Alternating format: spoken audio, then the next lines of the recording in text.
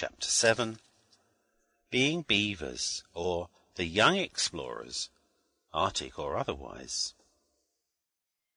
You read in books about the pleasures of London and about how people who live in the country long for the gay whirl of fashion in town because the country is so dull. I do not agree with this at all. In London, or at any rate Lewisham, nothing happens unless you make it happen. Or if it happens, it doesn't happen to you, and you don't know the people it does happen to. But in the country, the most interesting events occur quite freely, and they seem to happen to you as much as to anyone else, very often quite without your doing anything to help. The natural and right ways of earning your living in the country are much jollier than town ones too. Sowing and reaping and doing things with animals are much better sport than fishmongering or bakering or oil shopping and all those sort of things, except of course a plumbers and gas fitters, and he is the same in town or country, most interesting and like an engineer. I remember what a nice man it was that came to cut the gas off once at our old house in Lewisham when my father's business was feeling so poorly. He was a true gentleman, and gave Oswald and Dicky over 2 yards and a quarter of good lead piping, and a brass tap thing that only wanted a washer, and a whole handful of screws to do what we liked with. We screwed the back door up with the screws, I remember, one night when Eliza was out, without leave. There was an awful row. We did not mean to get her into trouble. We only thought it would be amusing for her to find the door screwed up when she came down to take the milk in the morning. But I must not say any more about the Lewisham house. It is only the pleasures of memory, and nothing to do with being beavers or any sort of exploring. I think Dora and Daisy are the kind of girls who will grow up very good, and perhaps marry missionaries. I am glad Oswald's destiny looks at present as if it might be different. We made 2 expeditions to discover the source of the Nile, or the North Pole, and owing to their habit of sticking together and doing dull and praiseable things like sewing and helping with the cooking and taking invalid delicacies to the poor and indignant, Daisy and Dora were wholly out of it both times, though Dora's foot was now quite well enough to have gone to the North Pole or the Equator either. They said they did not mind the first time, because they liked to keep themselves clean. It is another of their queer ways. And they said they had had a better time than us. It was only a clergyman and his wife who called and had hot cakes for tea. The second time they said they were lucky not to have been in it. And perhaps they were right. But let me to my narrating. I hope you will like it. I am going to try to write it a different way, like the books they give you for a prize at a girls' school. I mean a young ladies' school, of course, not a high school. High schools are not nearly so silly as some other kinds. Here goes. "Ah me!" sighed a slender maiden of 12 summers, removing her elegant hat and passing her tapery fingers through her fair tresses. "How sad it is it not, to see able-bodied youths and young ladies wasting their precious summer hours in idleness and luxury." The maiden frowned reproachingly, but yet with earnest gentleness, at the groups of youths and maidens who sat beneath an umbragipeous beech-tree and ate black currants. "Dear brothers and sisters," the blushing girl went on, "could we not, even now at the 11th hour, turn to account these wasted lives of ours, and seek some occupation at once improving and agreeable?" "I do not quite follow your meaning, dear sister," replied the cleverest of her brothers, on whose brow... It's no use. I can't write like these books.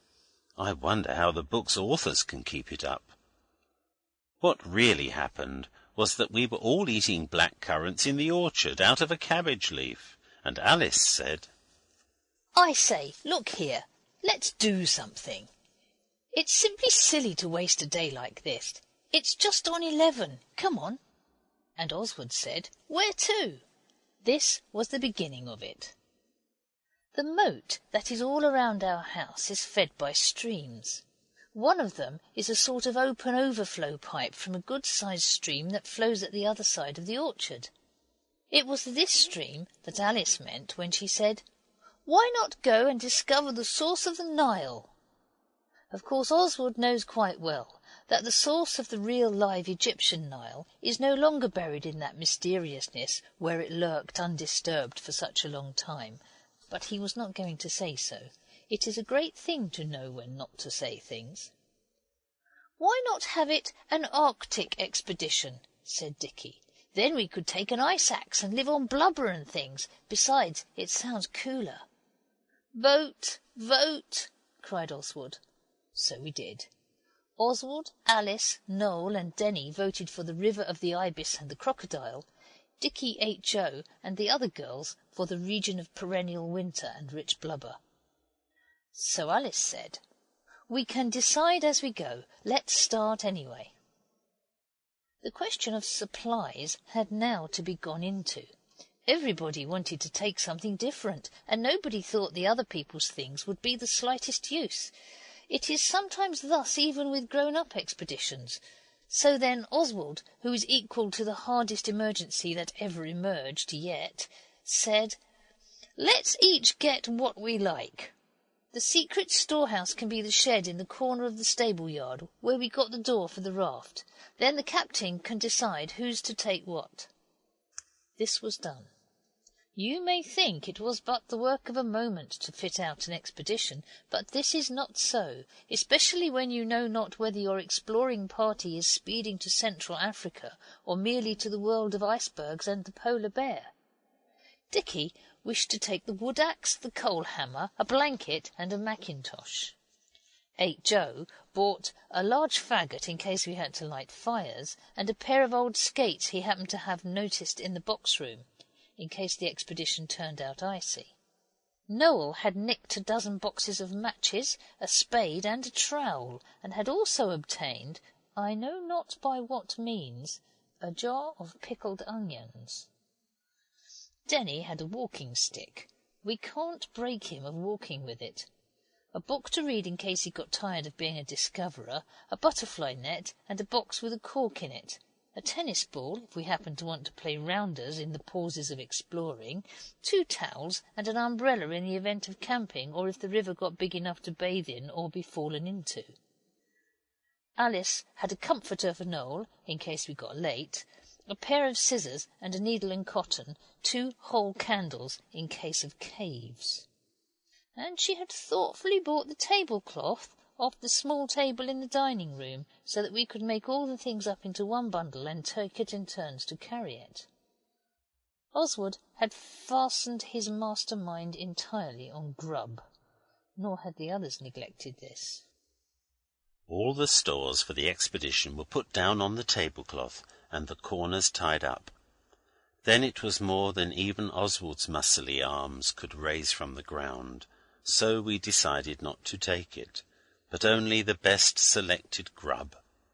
The rest we hid in the straw loft, for there are many ups and downs in life, and grub is grub at any time, and so are stores of all kinds. The pickled onions we had to leave, but not forever. Then Dora and Daisy came along with their arms round each other's necks as usual, like a picture on a grocer's almanac, and said they weren't coming. It was, as I have said, a blazing hot day, and there were differences of opinion among the explorers about what eatables we ought to have taken, and H.O. had lost one of his garters and wouldn't let Alice tie it up with her handkerchief, which the gentle sister was quite willing to do. So it was a rather gloomy expedition that set off that bright sunny day to seek the source of the river where Cleopatra sailed in Shakespeare, or the frozen plains Mr. Nansen wrote that big book about. But the balmy calm of peaceful nature soon made the others less cross. Oswald had not been cross exactly, but only disinclined to do anything the others wanted. And by the time we had followed the stream a little way, and had seen a water rat and shied a stone or two at him, harmony was restored. We did not hit the rat. You will understand that we were not the sort of people who have lived so long near a stream without plumbing its depths. Indeed, it was the same stream the sheep took its daring leap into the day we had the circus, and of course we had often paddled in it in the shallower parts. But now our hearts were set on exploring. At least they ought to have been. But when we got to the place where the stream goes under a wooden sheep bridge, Dicky cried, "A camp! A camp!" And we were all glad to sit down at once. Not at all like real explorers who know no rest day or night till they have got there, whether it's the North Pole or the central point of the part marked Desert of Sahara on old-fashioned maps. The food supplies obtained by various members were good and plenty of it. Cake, hard eggs, sausage rolls, currants, lemon cheesecakes, raisins, and cold apple dumplings. It was all very decent, but Oswald could not help feeling that the source of the Nile, or North Pole, was a long way off, and perhaps nothing much when you got there. So he was not wholly displeased when Denny said, as he lay kicking into the bank when the things to eat were all gone, "I believe this is clay. Did you ever make huge platters and bowls out of clay and dry them in the sun? Some people did in a book called Foul Play, and I believe they baked turtles or oysters or something like that at the same time." He took up a bit of clay and began to mess it about, like you do putty when you get hold of a bit. And at once the heavy gloom that had hung over the explorers became expelled, and we all got under the shadow of the bridge and messed about with clay. "It will be jolly," Alice said, "and we can give the huge platters to poor cottagers who are short of the usual sorts of crockery. That would really be a very golden deed." It is harder than you would think when you read about it to make huge platters with clay. It flops about as soon as you get it to any size, unless you keep it much too thick, and then when you turn up the edges they crack. Yet we did not mind the trouble, and we had all got our shoes and stockings off. It is impossible to go on being cross when your feet are in cold water, and there is something in the smooth messiness of clay, and not minding how dirty you get, that would soothe the savagest breast that ever beat. After a bit, though, we gave up the idea of the huge platters and tried little things. We made some platters. They were like flower-pot saucers, and Alice made a bowl by doubling up her fists and getting Noel to slab the clay on outside. Then they smoothed the thing inside and out with wet fingers, and it was a bowl. At least they said it was. When we'd made a lot of things, we set them in the sun to dry, and it seemed a pity not to do the thing thoroughly. So we made a bonfire, and when it had burned down, we put our pots on the soft white hot ashes amongst the little red sparks, and kicked the ashes over them, and heaped up more fuel over the top. It was a fine fire. Then tea time seemed as if it ought to be near, and we decided to come back next day and get our pots. As we went home across the fields, Dicky looked back and said, "The bonfire's going pretty strong." We looked.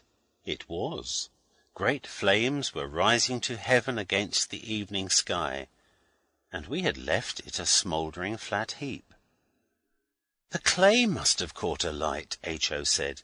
"Perhaps it's the kind that burns. I know I've heard of fire clay, and there's another sort you can eat." "Oh, shut up," Dicky said, with anxious scorn. With one accord we turned back. We all felt the feeling, the one that means something fatal being up, and it being your fault. "Perhaps," Alice said, "a beautiful young lady in a muslin dress was passing by, and a spark flew on to her, and now she is rolling in agony, enveloped in flames." We could not see the fire now, because of the corner of the wood, but we hoped Alice was mistaken. But when we got in sight of the scene of our pottering industry, we saw it was as bad nearly as Alice's wild dream, for the wooden fence leading up to the bridge had caught fire, and it was burning like billy-ho. Oswald started to run, so did the others. As he ran, he said to himself, "This is no time to think about your clothes. Oswald, be bold." And he was. Arrived at the site of the conflagration, he saw that caps or straw hats full of water, however quickly and perseveringly given, would never put the bridge out, and his eventful past life made him know exactly the sort of wigging you get for an accident like this. So he said, "Dicky, soak your jacket and mine in the stream and chuck them along. Alice, stand clear or your silly girl's clothes'll catch as sure as fate." Dicky and Oswald tore off their jackets. So did Denny, but we would not let him and H.O. wet theirs. Then the brave Oswald advanced warily to the end of the burning rails and put his wet jacket over the end bit like a linseed poultice on the throat of a suffering invalid who has got bronchitis. The burning wood hissed and smouldered, and Oswald fell back almost choked with the smoke. But at once he caught up the other wet jacket and put it on another place, and of course it did the trick, as he had known it would do. But it was a long job, and the smoke in his eyes made the young hero obliged to let Dicky and Denny take a turn, as they had bothered to do from the first. At last all was safe. The devouring element was conquered. We covered up the beastly bonfire with clay to keep it from getting into mischief again, and then Alice said, "Now we must go and tell." "Of course," Oswald said shortly. He had meant to tell all the time. So we went to the farmer who has the Moat House farm, and we went at once, because if you have any news like that to tell, it only makes it worse if you wait about. When we told him, he said, "You little—" I shall not say what he said besides that, because I am sure he must have been sorry for it next Sunday when he went to church, if not before. We did not take any notice of what he said, but just kept on saying how sorry we were, and he did not take our apology like a man, but only said he daresayed, just like a woman does. Then he went to look at his bridge, and we went in to our tea. The jackets were never quite the same again. Really good explorers would never be discouraged by the daresaying of a farmer, still less by his calling them names he ought not to. Albert's uncle was away, so we got no double slating, and next day we started again to discover the source of the river of cataracts, or the region of mountain-like icebergs. We set out heavily provisioned with a large cake Daisy and Dora had made themselves, and 6 bottles of ginger beer. I think real explorers most likely have their ginger beer in something lighter to carry than stone bottles. Perhaps they have it by the cask, which would come cheaper, and you could make the girls carry it on their back, like in pictures of the daughters of regiments. We passed the scene of the devouring conflagration, and the thought of the fire made us so thirsty we decided to drink the ginger beer and leave the bottles in a place of concealment. Then we went on, determined to reach our destination, tropic or polar, that day. Denny and H.O. wanted to stop and try to make a fashionable watering place at that part where the stream spreads out like a small-sized sea, but Noel said no. We did not like fashionableness.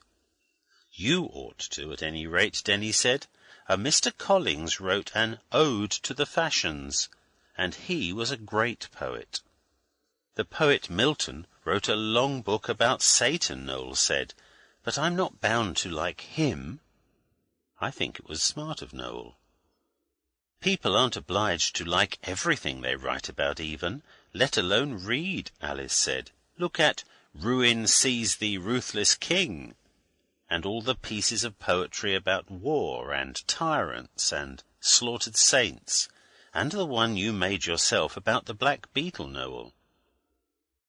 By this time we had got to the pondy place, and the danger of delay was past, but the others went on talking about poetry for quite a field and a half as we walked along by the banks of the stream. The stream was broad and shallow at this part, and you could see the stones and gravel at the bottom, and millions of baby fishes and sort of skating spiders walking about on the top of the water. Denny said The water must be ice for them to be able to walk on it, and this showed we were getting near the North Pole. But Oswald had seen a kingfisher by the wood, and he said it was an ibis, so this was even. When Oswald had had as much poetry as he could bear, he said, "Let's be beavers and make a dam." And everybody was so hot they agreed joyously, and soon our clothes were tucked up as far as they could go, and our legs looked green through the water, though they were pink out of it. Making a dam is jolly good fun, though laborious, as books about beavers take care to let you know. Dicky said it must be Canada if we were beavers, and so it was on the way to the polar system. But Oswald pointed to his heated brow, and Dicky owned it was warm for polar regions. He had brought the ice axe, it's called the wood chopper sometimes, and Oswald, ever ready and able to command, set him and Denny to cut turfs from the bank while we heaped stones across the stream. It was clayey here, or of course dam making would have been vain, even for the best trained beaver. When we had made a ridge of stones, we laid turfs against them, nearly across the stream, leaving about 2 feet for the water to go through, then more stones, then lumps of clay stamped down as hard as we could. The industrious beavers spent hours over it, with only one easy to eat cake in. And at last the dam rose to the level of the bank. Then the beavers collected a great heap of clay, and 4 of them lifted it and dumped it down in the opening where the water was running. It did splash a little, but a true-hearted beaver knows better than to mind a bit of a wetting, as Oswald told Alice at the time. Then, with more clay, the work was completed. We must have used tons of clay. There was quite a big long hole in the bank above the dam where we had taken it out. When our beaver task was performed, we went on, and Dicky was so hot he had to take his jacket off and shut up about icebergs.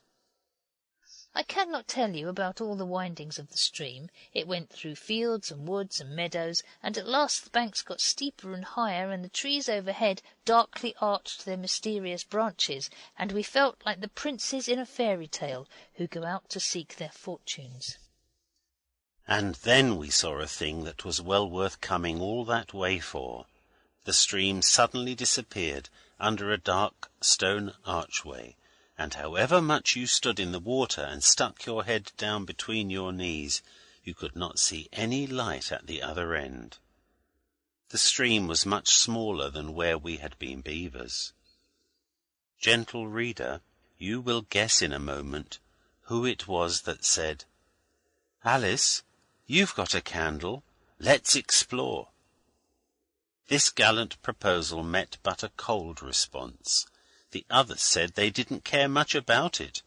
And what about tea? I often think the way people try to hide their cowardliness behind their teas is simply beastly. Oswald took no notice. He just said with that dignified manner not at all like sulking, which he knows so well how to put on, "All right, I'm going. If you funk it, you'd better cut along home and ask your nurses to put you to bed." So then, of course, they agreed to go. Oswald went first with the candle. It was not comfortable. The architect of the dark subterranean passage had not imagined anyone would ever be brave enough to lead a band of beavers into its inky recesses, or he would have built it high enough to stand upright in. As it was, we were bent almost at a right angle, and this is very awkward if for long. But the leader pressed dauntlessly on and paid no attention to the groans of his faithful followers, nor to what they said about their backs. It really was a very long tunnel, though, and even Oswald was not sorry to say, "I see daylight." The followers cheered as well as they could as they splashed after him. The floor was stone as well as the roof, so it was easy to walk on. I think the followers would have turned back if it had been sharp stones or gravel. And now the spot of daylight at the end of the tunnel grew larger and larger, and presently the intrepid leader found himself blinking in the full sun, and the candle he carried looked simply silly. He emerged, and the others too, and they stretched their backs, and the word "crikey" fell from more than one lip. It had indeed been a cramping adventure. Bushes grew close to the mouth of the tunnel, so we could not see much landscape, and when we had stretched our backs we went on upstream, and nobody said they'd had jolly well enough of it, though in more than one young heart this was thought. It was jolly to be in the sunshine again. I never knew before how cold it was underground. The stream was getting smaller and smaller.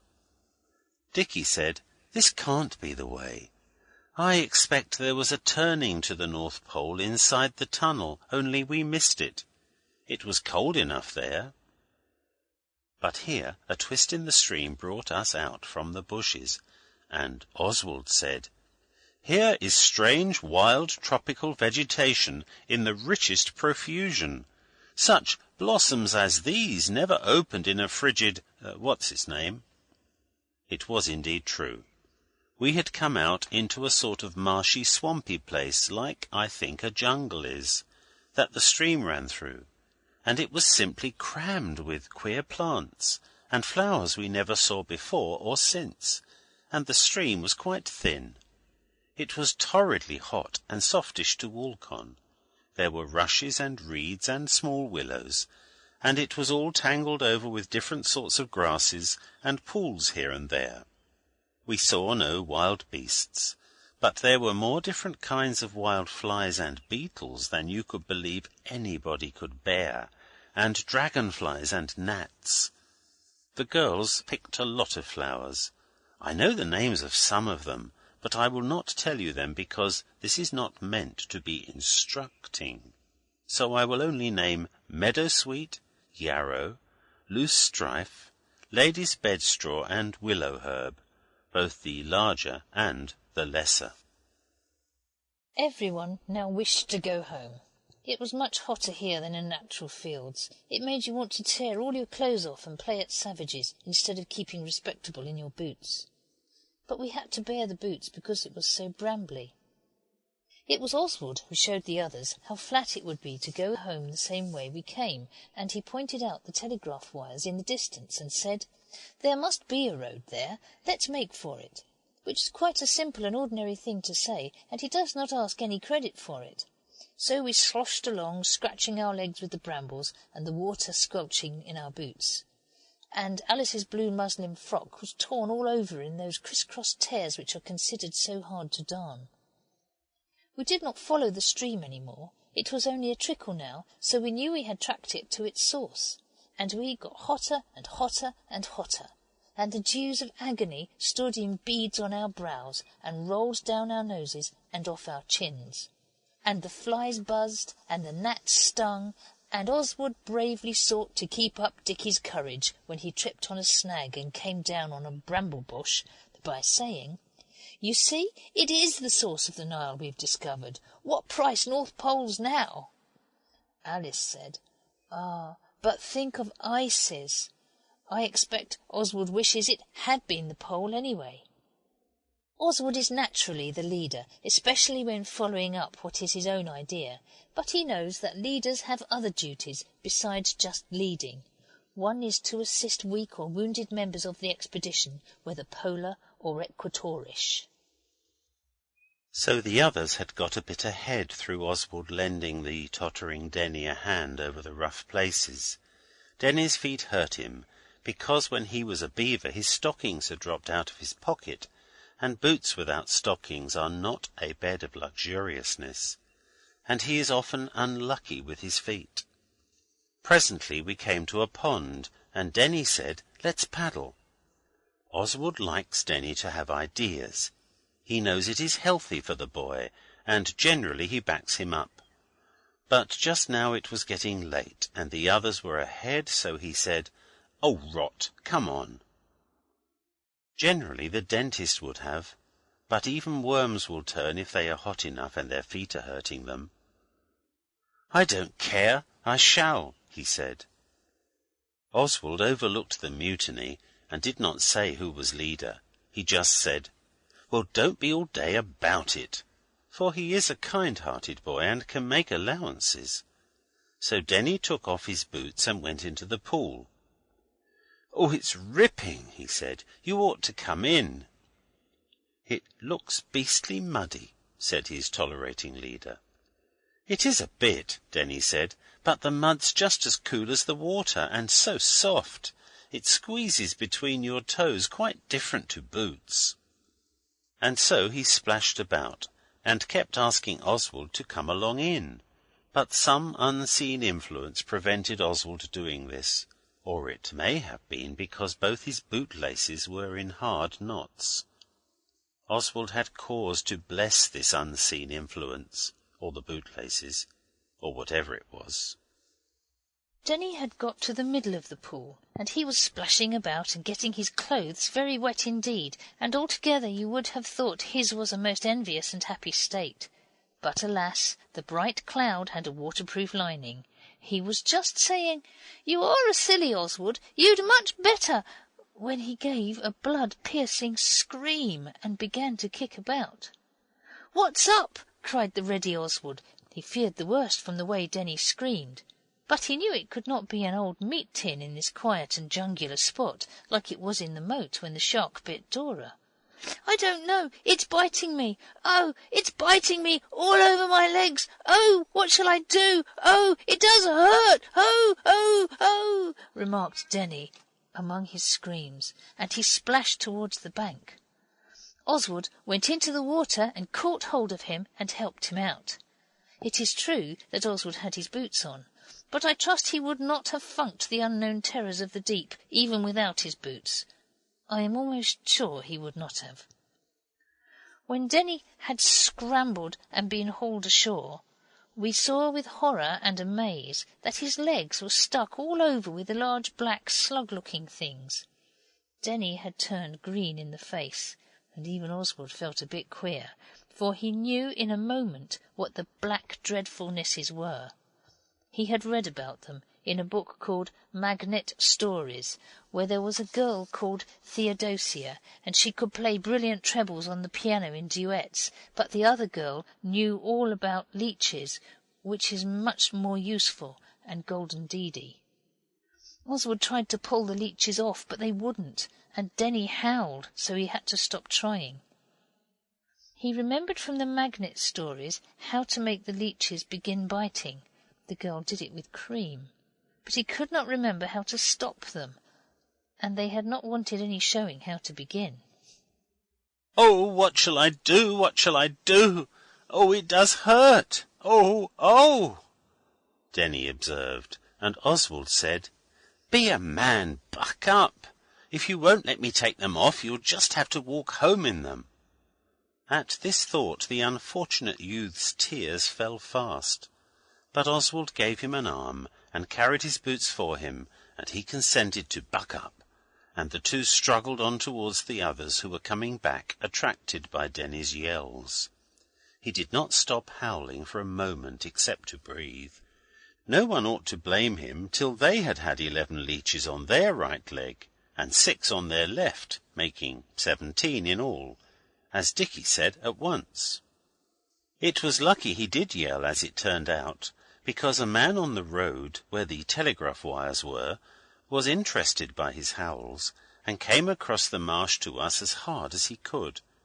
When he saw Denny's legs, he said, "Blessed if I didn't think so," and he picked Denny up and carried him under one arm, where Denny went on saying, "Oh, and it does hurt," as hard as ever.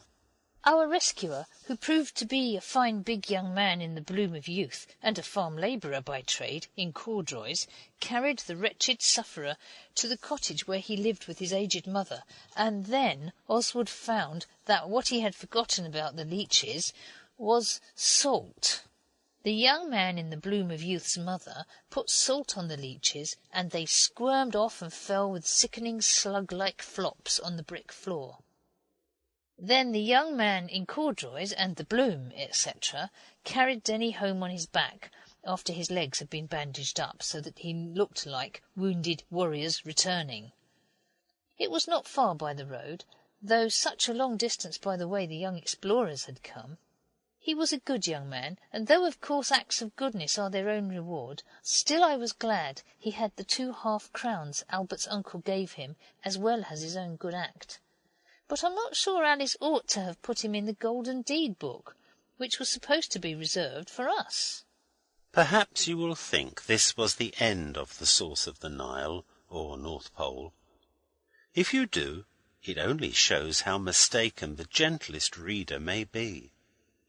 The wounded explorer was lying with his wounds and bandages on the sofa, and we were all having our tea with raspberries and white currants, which were richly needed after our torrid adventures, when Mrs. Pettigrew, the housekeeper, put her head in at the door and said, "Please could I speak to you half a moment, sir?"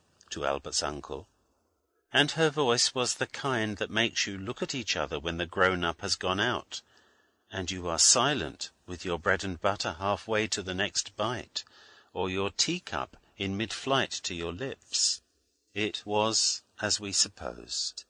Albert's uncle did not come back for a long while. We did not keep the bread and butter on the wing all that time, of course, and we thought we might as well finish the raspberries and white currants. We kept some for Albert's uncle, of course, and they were the best ones, too. But when he came back, he did not notice our thoughtful unselfishness. He came in, and his face wore the look that means bed, and very likely no supper. He spoke, and it was the calmest of white-hot iron, which is something like the calmness of despair. He said, "You have done it again. What on earth possessed you to make a dam?" "We were being beavers," said H.O. in proud tones. He did not see, as we did, where Albert's uncle's tone pointed to. "No doubt," said Albert's uncle, rubbing his hands through his hair. "No doubt, no doubt. Well, my beavers, you may go and build dams with your bolsters. Your dam stopped the stream. The clay you took for it left a channel through which it has run down and ruined about 7 pounds worth of freshly reaped barley. Luckily, the farmer found it out in time, or you might have spoiled 70 pounds worth. And you burned a bridge yesterday." We said we were sorry. There was nothing else to say, only Alice added, "We didn't mean to be naughty." "Of course not," said Albert's uncle. "You never do." "Oh, yes, I'll kiss you, but it's bed and it's 200 lines tomorrow. And the line is, 'Beware being beavers and burning bridges. Dread dams.' It will be a capital exercise in capital B's and D's." We knew by that though annoyed, he was not furious. We went to bed. I got jolly sick of capital B's and D's before sunset on the morrow. That night, just as the others were falling asleep, Oswald said, "I say." "Well?" retorted his brother. "There is one thing about it," Oswald went on. "It does show it was a rattling good dam anyhow." And, filled with this agreeable thought, the weary beavers, or explorers, polar or otherwise, fell asleep. End of chapter 7. Read by Hazel and Alan Chant of Tunbridge in Kent.